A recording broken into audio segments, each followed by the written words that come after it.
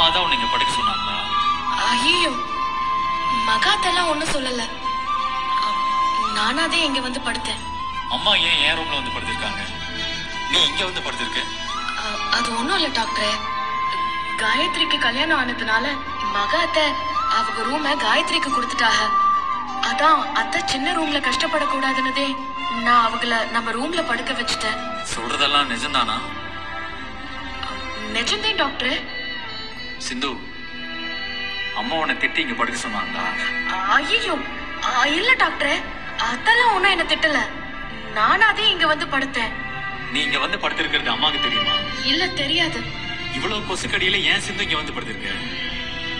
கொசு கடிச்சா நான் ஒன்னும் செத்துற மாட்டேன் டாக்டர். நீ ஒன்னும் பயப்படாத. நீ போய் உன் ரூம்ல நிம்மதியா படு.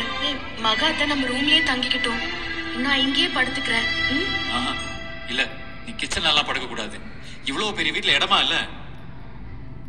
மேல ஸ்டோர் ரூம் இருக்கு, நான் அதை ரெடி பண்ணி தரேன். நம்ம அங்கேயே படுத்துக்கலாம். எது நாம்லா? அப்போ நீ ஏன் கூட படுக்க போறியா டாக்டர்? ஆமா.